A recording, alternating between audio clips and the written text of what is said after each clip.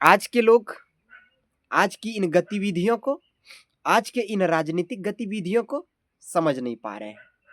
आज के लोग असमंजस में पड़े हैं, क्योंकि राजनीतिक में इतनी तीव्रता और गर्माहट देखने को मिल रहा है कि लोग अब असमंजस में पड़ा है कि संविधान को माने या फिर धर्म को माने, क्योंकि यहाँ के लोग इन दोनों को मानने वाला है।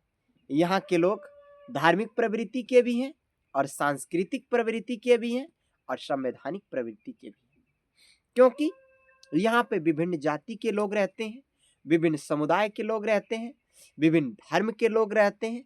लेकिन इन सब चीज होने के बावजूद भी हम लोगों का यह देश, हम लोगों का यह भारत महान जैसा देश एक दूसरों से इतनी पवित्रतापूर्ण, इतनी एकतापूर्ण, अखंडतापूर्ण अपना संबंध बना के रखे हैं कि हम लोग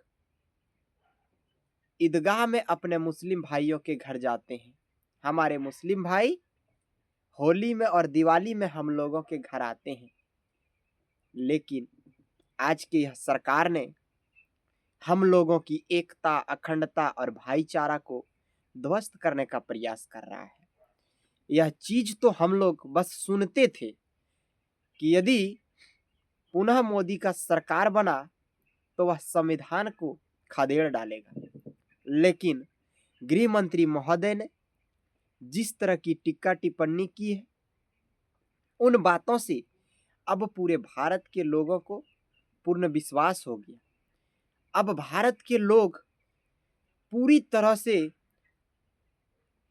राहुल गांधी जी के कहे हुए बातों पर विश्वास कर लिए कि जिस तरह से उन्होंने संविधान का तौहीन किया, जिस तरह से उन्होंने भारत के ओबीसी, एससी, एसटी समुदाय के लोगों का हनन किया, जिस तरह से उन्होंने बाबा साहब भीमराव अंबेडकर को एक फैशन बताया, तो हम कहना चाहते हैं मेरे भारत के लोगों, इस फैशन को अपनाने के लिए आप लोग तैयार रहिए, क्योंकि अमित शाह जिस सदन से बोल रहे हैं वह सदन भी बाबा साहब भीमराव अंबेडकर का देन है। वह जिस तरह अपनी बातों को आज़ादी और कॉन्फिडेंस के साथ रख रहा है, वह बाबा साहब अंबेडकर का देन है। और वह बाबा साहब अंबेडकर को समझ नहीं पा रहे हैं। यह कितनी दुख की बात है, यह कितनी शर्मनाक बात है। सोचिए कि एक सदन में बैठे लोग यदि बाबा साहब भीमराव अंबेडकर को नहीं समझ पा रहे हैं, पढ़े लिखे होने के बावजूद भी, तो हमारे यहाँ इतने बड़े विशाल जनसंख्या वाले देशों के लोग कैसे समझ पाएंगे? बताइए जरा आप लोग हमें कि इस देश की एकता, अखंडता और भाईचारा को भंग मत कीजिए ए भाजपा वालों, ए आरएसएस वालों। हम लोगों को संविधान को भी मानने दीजिए और धर्म को भी मानने दीजिए। ये मेरा नहीं कहना है, ये पूरे देश के लोगों का कहना है, ये पूरे समाज के लोगों का कहना है। इसलिए हम लोगों को अपनी संवैधानिक गरिमा में रहना है, अपनी धार्मिक प्रवृत्ति में रहना है, तभी हम लोग एक सशक्त और आत्मनिर्भर भारत का निर्माण कर पाएंगे। हम लोगों का नींव मजबूत हो पाएगा।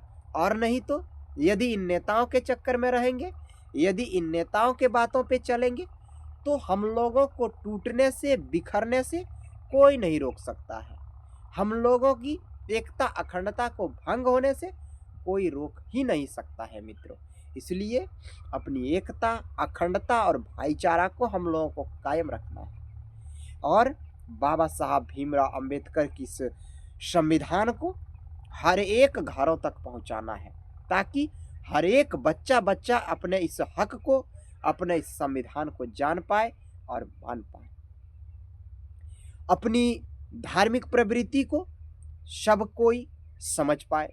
इसलिए अपने धर्म को भी बढ़ावा देना है और अपने संविधान को भी बढ़ावा देना है। हम दोनों में से किसी एक को नहीं छोड़ सकते हैं। यदि छोड़ेंगे तो आज जिस तरह भारत का माहौल है, आज जिस तरह से हर एक गलियारों में शाह और राहुल का चर्चा हो रहा है, ठीक उसी तरह आने वाले 10 से 15 सालों में इसी तरह हर एक गलियों में कहेगा कि संविधान बड़ा है, तो दूसरे गली से आवाज आएगा कि नहीं, धर्म बड़ा है।